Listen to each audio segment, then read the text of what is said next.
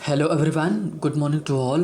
तो स्वागत है आप सभी का फिर से न्यूज़पेपर सेशन में, जहां पर हम डिटेल्ड मैनर में न्यूज़पेपर डिस्कस करते हैं और देखते हैं कि एडिटोरियल, और साथ ही में हम डिस्कस करते हैं ग्रामर के नियम और वोकेबलरी के यूसेज। तो चलिए स्टार्ट करते हैं आज का न्यूज़पेपर और देखते हैं कि आज की हमारी न्यूज़ क्या होने वाली है और आज का हमारा एडिटोरियल कैसा रहेगा। तो पहले हम चलते हैं न्यूज़ की तरफ। तो जो आज की हमारी जो मेन न्यूज़ है, जो पहली हमारी न्यूज़ है, वो आई है रिजर्वेशन को लेकर के। जो और कैसा रिजर्वेशन है कि जो सीट्स वगैरह खाली हैं, सीट्स का मतलब कि जो बड़ी बड़ी यूनिवर्सिटीज़ हैं उनमें जो रिज़र्व कैटेगरीज़ हैं, रिज़र्व कैटेगरीज़ का मतलब चाहे वो ओबीसी हों, एससी हों, इनकी जो पोस्ट खाली हैं उनको लेकर के आया है। बोला गया कि ओवर 60% ओबीसी यानी कि means other backward classes, SC मतलब शेड्यूल्ड कास्ट, पोस्ट वैकेंट इन आईआईएम्स। आईआईएम्स का मतलब इंडियन इंस्टीट्यूट ऑफ मैनेजमेंट्स है ना। तो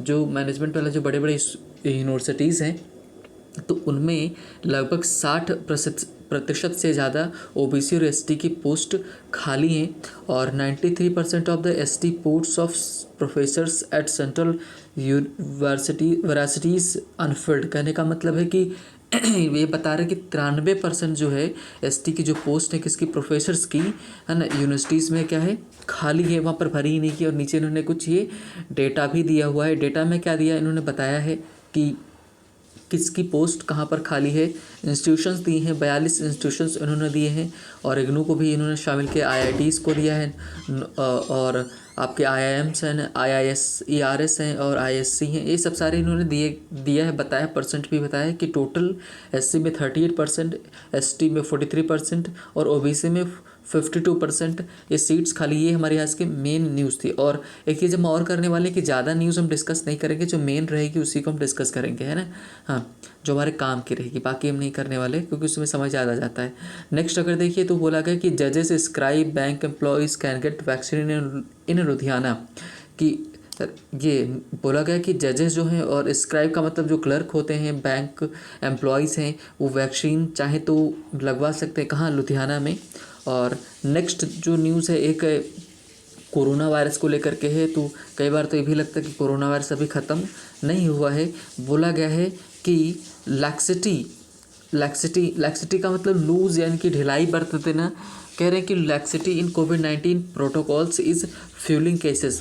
कि कह रहे हैं कि जो ढिलाई बरती जा रही है किसमें, कोविड-19 के जो प्रोटोकॉल्स हैं, जो नियम हैं उनमें, उसकी वजह से फ्यूलिंग केसेस, फ्यूलिंग का मतलब कि क्या पकड़ रहा है, केसेस बहुत ज़्यादा बढ़ रहे हैं। और ममता बनर्जी जी ने क्या बोला है कि विल अप्रूव ऑल कॉन्स्पिरेटर्स। ममता, तो ममता जी ने क्या है कि जो ममता दीदी ने क्या बोला है कि विल अप्रूव का मतलब होता है जड़ से उखाड़ फेंकना।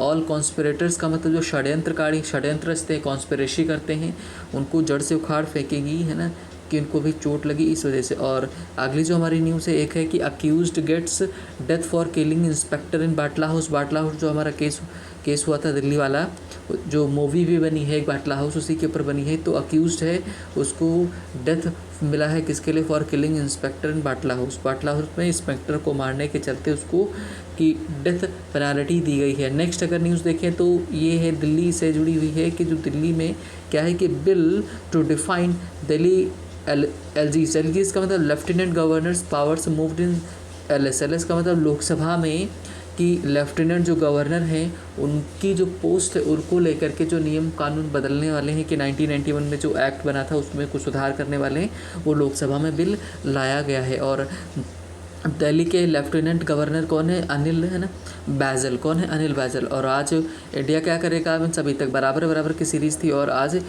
इंग्लैंड से भिड़ने वाला है, बराबर की सीरीज़ रहेगी, है ना। और नेक्स्ट जो न्यूज़ हमारी है, सिक्योरिटी फोर्सेस ने मारा है किसको, जो जैश मोहम्मद के कमांडर थे सज्जाद अफ़गानी को, है ना, सोफियान डिस्ट्रिक्ट है वहाँ पर उन लोगों को मारा है। और अनुराग जो ठाकुर हैं जो कि मीन्स एक तरह से फिनांस मिनिस्ट्री में आते हैं, central states can work towards reducing fuel prices. Anurag Thakur ने बोला है कि सेंटर और मतलब केंद्र और राज्य साथ में काम कर सकते हैं कि जो पेट्रोल के प्राइसेस बढ़े हैं उनको कम करने को लेकर के, है ना। तो ये उन्होंने बोला है। अब चलते हैं हम अपने एज यूजुअल एडिटोरियल की तरफ और देखेंगे कि आज का हमारा एडिटोरियल किसके ऊपर बेस्ड है। तो आज का जो हमारा एडिटोरियल है वो है पोक्सो, जो काफ़ी इंपॉर्टेंट है, कई बार एग्जाम में पूछा भी जाता है। पोक्सो क्या है, फुल फॉर्म पूछता है इसका, है ना। तो उसी को आज हम डिस्कस करने वाले हैं। तो the limits of POCSO, limits का मतलब होता है कि भाई जो सीमाएं जो है किसकी, पोक्सो है क्या, है ना, protection of children from sexual offences. मतलब जो माइनर बच्चे होते हैं 18 साल से जो नीचे होते हैं उनको जो रेप केसेस होता है, पोर्नोग्राफी होता है, मतलब उनको किसी भी तरह से एजॉल्ट होता है, उनके ऊपर कुछ भी होता है, उनको रोकने के लिए पोक्सो लाया गया था। मैं पोक्सो का फुल फॉर्म बता दे रहा हूँ। Protection, P for protection, O for protection of, O for of हो जाएगा, C for children, S for क्या हो जाएगा, मीन्स क्या बोल सकते, सिक्योरिटी एक तरह से, है ना। हाँ, protection of children from, sorry sex, है ना, सेक्सुअलिटी की बात करें तो वहाँ पर उन्होंने बोला कि सेक्सुअल जो ऑफेंसेस हैं, है ना, उनसे। तो protection of children from sexual offences, उनसे सेक्सुअल ऑफेंसेस जो हैं अपराध हैं उनसे बचाने के लिए जो लाया गया था वही पोक्सो है। तो बोला क्या गया है कि a recent judgment highlights the need, कि जो हाल ही में एक जजमेंट दिया गया है ना, कि वो हाईलाइट करता है, दिखाता है कि ज़रूरत है हमको क्या, टू रिकन्सीडर, फिर से पुनर्विचार करें, किसको लेकर के, पोक्सो को लेकर के, means protection of children from sexual offences से लेकर के। एब्सोल्यूटिस्ट से वर्ड है, इसका मतलब क्या होता है कि जो निरंकुश है ना, कि मतलब कि आप उसके ऊपर अंकुश नहीं लगा सकते, कहने का मतलब है कि वो जो बोल देगा वही होगा। जो निरंकुश अप्रोच है किसको लेकर के, टू एडोलसेंट सेक्सुअलिटी नीड्स, मतलब एडोलसेंट सेक्सुअलिटी नीड्स का मतलब कि जो किशोरावस्था में जो 18 के नीचे की जो एज होती है उसकी जो नीड्स हैं उनको लेकर के। तो राइटर ने जिसमें जो ये मोहतरमा है इन्होंने एक तरह से एक पर्सपेक्टिव हम लोगों के सामने रखा हुआ है कि कई बार क्या होता है, जो माइनर्स होते हैं वो अपनी मर्ज़ी से सेक्स करते हैं, है ना, मीन्स सेक्सुअल इंटरकोर्स होता है उनके बीच, और फिर भी झेलना पड़ता है किसको, है ना, जो मेल है उसको झेलना पड़ता है, उसके ऊपर केस लग जाता है। तो उन्होंने बोला कि ये हमारी जो बॉडी है ना उसके हिसाब से चेंजेस होते हैं उसमें, तो उसकी ज़रूरत होती है, तो उस हिसाब से ऐसा हो जाता है, तो उसको हमको एक बार फिर से विचार करने की ज़रूरत है। पढ़ते हैं, देखते हैं क्या मिलेगा। A single bench of Madras high court recently allowed, है ना, अलाउड का मतलब पता ही है, अ पिटीशन सीकिंग टू क्वैश का मतलब होता है ख़त्म करना, a case of kidnap means aggravated, एकदम गंभीर जो बढ़ा हुआ हो, पेनिट्रेटिव सेक्स असॉल्ट, है ना, and aggravated sexual assault of a minor. कह रहे हैं कि हुआ क्या है कि एक सिंगल बेंच है कहाँ की, मद्रास हाई कोर्ट की, उसने रिसेंटली भी अलाउ किया कि इसको एक पिटीशन जो याचिका दायर की गई, और उस याचिका में क्या था कि वो याचिका चाहती थी कि क्वैश करे का मतलब कि रद्द कर दिया जाए, कैंसिल कर दिया जाए, कि जो केस बना था कौन सा, किडनैप का, और जो पेनिट्रेटिव सेक्सुअल, देखो जो रेप केसेस होते हैं कई तरह के होते हैं। जैसे कई बार होता है कि रेप केसेस का मतलब ये नहीं होता है कि मतलब अगर सेक्स हो ही जाए तभी होगा, अगर आप किसी को ज़बरदस्ती करता है या जो प्राइवेट पार्ट्स में मीन्स कुछ भी उसको प्रॉब्लम होता है, कोई दिक्कत होता है मीन्स तभी हो, तो ऐसा ज़रूरी नहीं है, ये बहुत बड़ा दायरा है। लेकिन जब वो पेनिट्रेटिव सेक्स की बात करते हैं तो पेनिट्रेटिव सेक्स का मतलब कि रियल में सेक्स होता है, इसकी बात करते हैं। तो कह रहे हैं कि जो एग्रीवेटेड पेनिट्रेटिव सेक्सुअल असॉल्ट था और एग्रीवेटेड सेक्सुअल असॉल्ट था किसका, माइनर का, उसके चलते माइनर का जो सेक्सुअल असॉल्ट हुआ था उसमें क्या किया गया है कि उन अलाउड कर दिया, पिटीशन को अलाउड किया है, मतलब ये कोई फैसला नहीं है, सिर्फ याचिका को उसने एक्सेप्ट कर लिया है ना, कि अलाउड किया है, माना है। कहना ये चाहते हैं कि मद्रास हाई कोर्ट ने क्या किया है कि एक पिटीशन आई थी जिसमें ये चाह रही थी कि उसके जो माइनर के खिलाफ मीन्स लगाया गया था, क्या लगाया गया था कि सेक्सुअल असॉल्ट का मीन्स केस का जो किडनैप है उसको रद्द कर दिया जाए, उसको उन्होंने एक्सेप्ट कर लिया। नेक्स्ट अगर देखें तो बता रहे हैं कि एग्रीवेटेड, वही जो गंभीर पेनिट्रेटिव सेक्सुअल असॉल्ट है under protection of children from sexual offences, मतलब पोक्सो को एक्ट 2012 में आया था, है ना, एग्जाम में पूछ सकता है। इज़ द इक्विवेलेंट, है ना, एक क्या है, इक्विवेलेंट का मतलब बराबर का क्या है, प्रोविजन मतलब प्रावधान है किसके लिए, फॉर एग्रीवेटेड रेप, है ना। कह रहे हैं कि जो गंभीर रेप केसेस हैं पोक्सो सेम उन्हीं की जैसा है, सेम।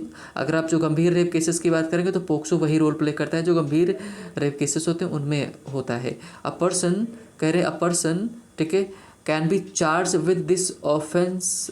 ऑफेंस का मतलब अपराध होता है, एक पर्सन को चार्ज किया जा सकता है इस ऑफेंस से, मतलब सेक्सुअल वाले ऑफेंस से, इन सर्टेन एग्रीवेटिंग सर्कमस्टांसेस, एक मीन्स एक निश्चित गंभीर परिस्थितियों में, such as if the rape occurs within the relationship of trust, है ना, कि अगर क्या हो जो रेप होता है किसके, occurs within the relationship of trust, trust के बीच में अगर होता है ना, और अथॉरिटी, किसी अथॉरिटी के बीच में होता है तो भी हो सकता है। If it leads to pregnancy, अगर इसकी वजह से प्रेगनेंसी हो जाती है, या अमंग अदर्स, है ना, कि कहना ये चाहते हैं कि अगर ये केस आपके किसी के ऊपर लग सकता है ना, कि अगर वो क्या करता है कि रिलेशनशिप में क्या ट्रस्ट वगैरह का जो मीन्स होता है, इफ़ द रेप अकर्स, अगर रेप किसके बीच में होता है कि रिलेशनशिप के बीच में होता है, अथॉरिटी के बीच में होता है, कहीं भी होता है तो, और प्रेगनेंसी अगर ये लीड कर देता है तो पक्का आपके किसी के ऊपर पोक्सो मीन्स लग सकता है, अगर ऐसा होता है तो, है ना। हाँ, ये आगे इन्होंने बताया अंडर पोक्सो, जो पोक्सो है, consent of person under the age of 18 is irrelevant, है ना, वेरी इंपॉर्टेंट। कह रहे हैं कि जो पोक्सो है ना, कि जो उसमें जो कंसेंट है, कंसेंट का मतलब कंसेंट जो सहमति है, कि मीन्स एज पर अंडर द एज ऑफ 18, है ना, कि 18 साल के नीचे अगर है ना, कोई लड़की है, अगर उसका क्या होता है, कोई भी बच्चा हो, है ना, कि अगर उसके साथ कोई सेक्सुअल असॉल्ट होता है या पेनिट्रेटिव सेक्स होता है, कुछ भी होता है, तो वो अपनी, चाहे वो सहमति से बोला हो, कि अगर मान लो कोई भी है कि अगर सहमति से किसने बोला है कि सहमत हो गए हैं, फिर भी वहाँ पर उसकी कोई सहमति नहीं मानी जाएगी, उसकी मतलब उसकी इच्छा क्या है उसको ध्यान में नहीं रखा जाएगा, उसके ऊपर केस लग जाएगा, कौन सा, पोक्सो का, है ना। रिगार्डलेस ऑफ द नेचर, है ना, रिगार्डलेस का मतलब कि बिल्कुल ध्यान में नहीं दिया जाएगा, अनदेखा किया जाएगा, नेचर प्रकृति किसकी, सर्कमस्टांसेस की, परिस्थितियों की, ऑफ द सेक्सुअल इंटरेक्शन हुआ है, जो सब सेक्सुअल सेक्स हुआ है उसका परिस्थिति क्या थी, मतलब मान लो कि एक लड़का और लड़की है, तो अगर लड़की मान लो चाहती थी कि नहीं ऐसा हो, है ना, और लड़का भी चाहता, दोनों की सहमति थी, तो वहाँ पर उन दोनों की सहमति क्या, उसको मैटर दिया ही नहीं जाएगा, उसको, है ना, कोई मीन्स इंपॉर्टेंस नहीं दी, तवज्जो नहीं दी जाएगी। और the particulars of the person with whom it takes place, मतलब कि जिसके साथ ये होता है उसकी बात पर कोई ध्यान ही नहीं देंगे, सीधे केस लग जाए। दिस मीन्स, है ना, इसका मतलब क्या है कि that any sex with a minor is rape, है ना, तो इसका सीधा मतलब है, पूरे पैराग्राफ का सीधा का यही मतलब निकल रहा है कि एक माइनर 18 साल से नीचे है, अगर उसके साथ कोई भी किसी भी तरह का सेक्स होता है तो रेप ही माना जाएगा, भले ही उसने क्यों ना अपनी सहमति से ही किया हो, है ना।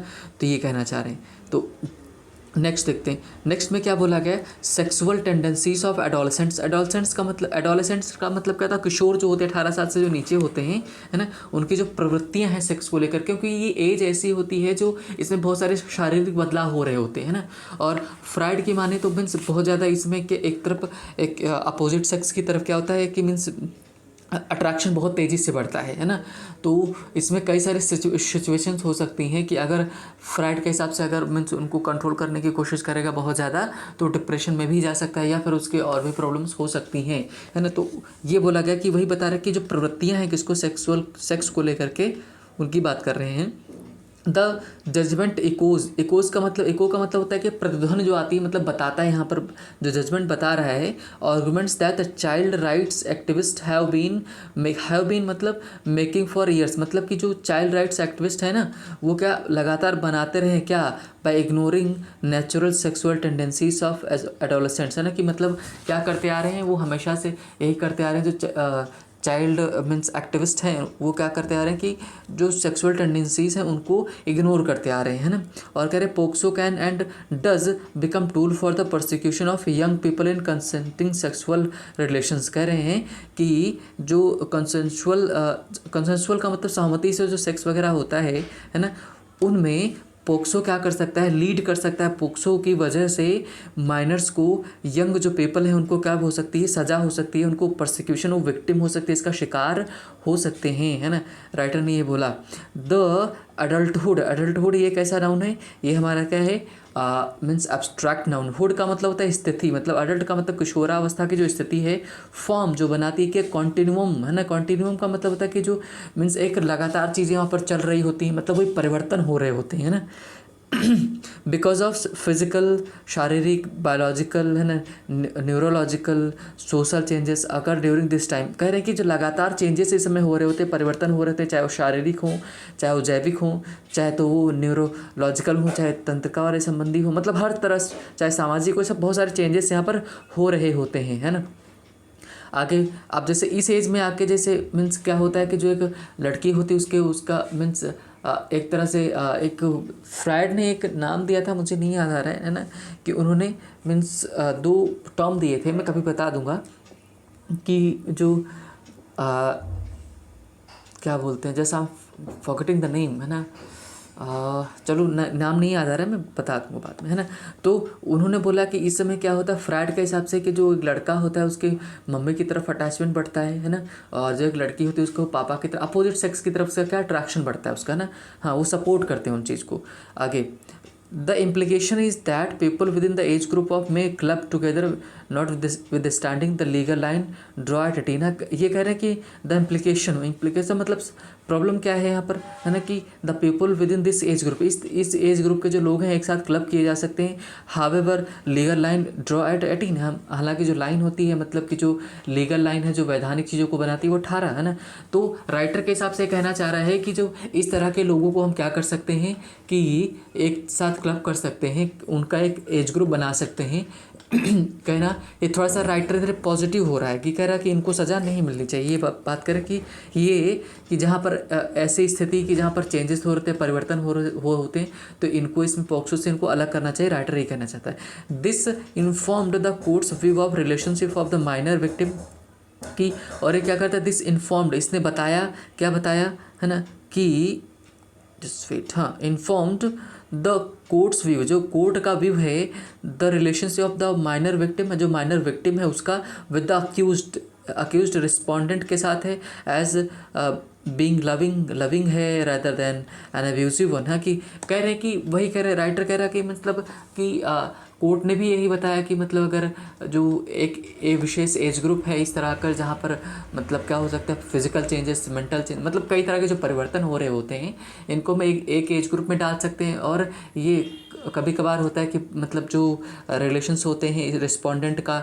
जो अक्यूज्ड रिस्पोंडेंट होता है उसके जो रिलेशंस होते हैं विक्टिम के साथ, वो बड़े लविंग केयरिंग टाइप के होते हैं। तो उस स्थिति में क्या करना चाहिए, है ना, कि मतलब कि उनको अलग नज़रिए से देखा जाए, है ना, क्योंकि वो बॉडी की उसमें ज़रूरत होती, नीड होती है। आगे अगर बात करें तो बोला गया the judgment clubbed that the case could be quashed because it was purely individual in nature, है ना। कह रहे कि जो जजमेंट आया उसने निष्कर्ष दिया कि मीन्स जो केस उसके अगेंस्ट लगा था उसको हटाया गया क्योंकि वो एकदम इंडिविजुअल था, एकदम व्यक्तिगत था, इस वजह से, है ना। और साथ ही बिकॉज इट वॉज प्योरली, है ना, purely individual in nature, doing so would not affect any over riding public interest, है ना। और ऐसा करने में कोई मीन्स जो जनता का हित है वो अहित नहीं होगा इसमें, है ना। हावेवर इन डूइंग दिस, अगर ऐसा करते हैं तो it ignore the established president against question cases of rape, है ना, कि इस तरह का काम करना क्या कर रहा है, मीन्स एक तरह से उंगली उठा रहा, प्रश्न लगा रहा है किसके ऊपर जो नियम पहले से रेप से जुड़े हुए हैं उनको लेकर के। आगे उन्होंने बताया कि हाईनेस मतलब बहुत ही जो सीरियस हो, घृणित हो, serious offence held by the supreme, है ना। और कह रहे कि जो ये जो बताया ना कि इसके ऊपर एक तरह से क्वेश्चन कि इसके ऊपर लगा रहा है कि हाईनेस एंड सीरियस ऑफेंस के लेकर के जो नियम बनाया गया उसके ऊपर एक तरह से क्वेश्चन मार्क लगा रहा है। Held by Supreme Court to be public concern, है ना, and not a private matter. Supreme Court ने बोला ये जो मैटर होता है ये पब्लिक मैटर ना कि प्राइवेट मैटर है ना। Perhaps the court was persuaded in taking this course because of its observation that POCSO could not have been intended to bring such cases within its scope, मतलब कि ये इसलिए हुआ क्योंकि शायद हो सकता है कि मीन्स जो कोर्ट था वो परसुएड कर लिया गया, मना लिया गया कि टेकिंग दिस कोर्स, है ना, कि because it observation that POCSO could not have been, POCSO नहीं हो सकता था intended a bring such cases within its scope, मतलब कि पोक्सो इस तरह के केसेस अपने अंडर नहीं लाता है ना। आगे देखिए, in making this observation the court relied on the statement, मतलब ऐसा करने पे कोर्ट ने किस बात को ऊपर रिलाई किया, भरोसा किया कि objects and reasons of POCSO which states that, कि वो क्या बताते हैं कि the laws enacted pursuant to article 15। Article 15 आपका जो इक्वालिटी वगैरह की बात करता है ना। And constitution which allows the state to make special provisions women and children, की जो वुमेन चिल्ड्रन है इनके लिए क्या कर सकता है वो स्पेशल प्रोविजन प्रावधान। Where we gone, okay just wait है ना। हाँ ओके, हाँ स्पेशल प्रोविजंस प्रावधान क्या कर सकते हैं, बनाए जा सकते हैं, इस वजह से ऐसा किया गया हो, राइटर ऐसा कह रहा है ना। आगे बता रहे हैं कि द यूएन कन्वेंशन जो बताया गया, यूएन का जो कन्वेंशन है बताया गया कि जो बच्चों को और चिल्ड्रन को लेकर के जो मीन्स वुमेन है उनको लेकर के जो सुरक्षा को लेकर के नियम बनाए गए उनको ध्यान में रखते हुए ऐसा किया गया। To protect children from sexual assault, sexual harassment और पोर्नोग्राफी, इनसे सब बचाने के लिए ही वो पोक्सो लाया गया था। However, neither the founding document nor the listed categories of offences give a sense of what the limits of POCSO were meant to be। कह रहे हैं कि पॉक्सो में ना कोई पूरा डॉक्यूमेंट में ये कहीं नहीं लिखा कि उसकी लिमिट्स क्या है, क्या होना चाहिए, इन सब की चर्चा नहीं की गई, वहाँ पर क्लियर नहीं है ये कह रहे हैं। द पार्लियामेंट्री कमेटी जो है ना राज्यसभा में बता रहे which consider the POCSO bill 2011 had in fact criticise the clause providing for the possibility of consent in the case of sexual intercourse with the minors between the age of 16 to 18। कह रहे हैं कि राज्यसभा ने means criticise किया, मतलब क्या कि means आलोचना की कि 16 से 18 के बीच में भी अगर भी है कोई तो अगर कंसेंट भी है तो उसकी उन्होंने आलोचना की। किसने? राज्यसभा ने। बोला कि ये ऐसा नहीं होना चाहिए कि चाहे वो सहमति से करे, तो उसकी भी आलोचना की गई थी राज्यसभा के द्वारा, है ना। और इट बिलीव दैट, और इसने माना, क्या माना कि that uniform age of 18 would ensure that trials of child rape would focus on the conduct of accused and circumstances of the offense, and instead of putting victims on a trial as often the case with the consent, है ना, just wait, with the consent of the victim is in question। हाँ, कह रहे हैं कि सीधे सीधे उनके ऊपर ट्रायल चलेगा, ना कि मीन्स क्या है विक्टिम का की जो कंसेंट है, सहमति है, उसके ऊपर क्वेश्चन किए हुए, मतलब भाई आपकी सहमति क्या है उस पर मैटर ध्यान नहीं दिया जाएगा, ये कह रहे हैं। This would indicate that adolescent sexuality was not mean to be an exception, है ना, कि कह रहे हैं कि जो एडोलसेंट सेक्सुअलिटी है वो सेक्सुअलिटी वो एक्सेप्शन कोई नहीं है, was known to be an exception to POCSO bright line approach, है ना। सीधा ये कहना चाह रहे हैं कि अगर पॉक्सो है तो सीधा यही मतलब है कि आपके ऊपर केस लगेगा, चाहे आप सहमति से चेक करें या कैसा भी करें, वही आगे उन्होंने बताया है। और पूरे में आगे उन्होंने यही मेंशन किया हुआ है, ये बताने की कोशिश की है कि जो पॉक्सो है ना उसमें ये बताया गया है कि राइटर ने पॉक्सो में सीधा सीधा ये बोला गया कि 18 से अगर नीचे अगर कहीं भी सेक्सुअलिटी कुछ भी होता है, कुछ केसेस होते हैं तो सीधे रेप का केस चार्ज लगेगा, है ना, विक्टिम मीन्स अक्यूज्ड के ऊपर। लेकिन राइटर प्रेजेंट कर रहा है कि एक केस दे रहा है कि जो 16 से 18 के बीच में जो एज बढ़ जा रही है, एक एडोलसेंट वाली बढ़ जा रही है, तो इसमें शारीरिक चेंजेस होते हैं, बदलाव होते हैं, जो कि नीड्स होती है उनकी, है ना। तो उस समय क्या करना चाहिए, क्या सहमति से अगर वो सेक्स करते हैं तो क्या उस समय भी उनको सज़ा मिलनी चाहिए, पॉक्सो के अंदर आना चाहिए। एक पॉक्सो जो निरंकुशता का काम कर रहा है उसको ध्यान में नहीं रखा जाएगा क्या, है ना। तो ये इन्होंने बोला है। तो अच्छा, मेरा आपसे क्वेश्चन क्या लगता है, आप लोगों को क्या लगता है कि क्या होना चाहिए, कि जो बायोलॉजिकल और फिजिकल चेंजेस हैं मीन्स उसके हिसाब से चलना चाहिए, या फिर उसको पॉक्सो ही अलाउ करना चाहिए, 18 के पहले ये सब चीज़ें अलाउ नहीं करनी चाहिए, क्या उसकी सहमति को वैल्यू देना चाहिए कि नहीं देना चाहिए, है ना। तो इस पर क्या है, ज़रा इस पर विचार कर सकते हैं और आप कमेंट्स भी कर सकते हैं ना। तो ये था आज का हमारा डिस्कशन जो हमने डिस्कस किया, एंड मिलते हैं नेक्स्ट वीडियो में नए सेशन के साथ। तो तब तक के लिए थैंक यू, एंड अगर सेशन पसंद आए तो लाइक कर सकते हैं, सब्सक्राइब भी कर सकते हैं। Thank you.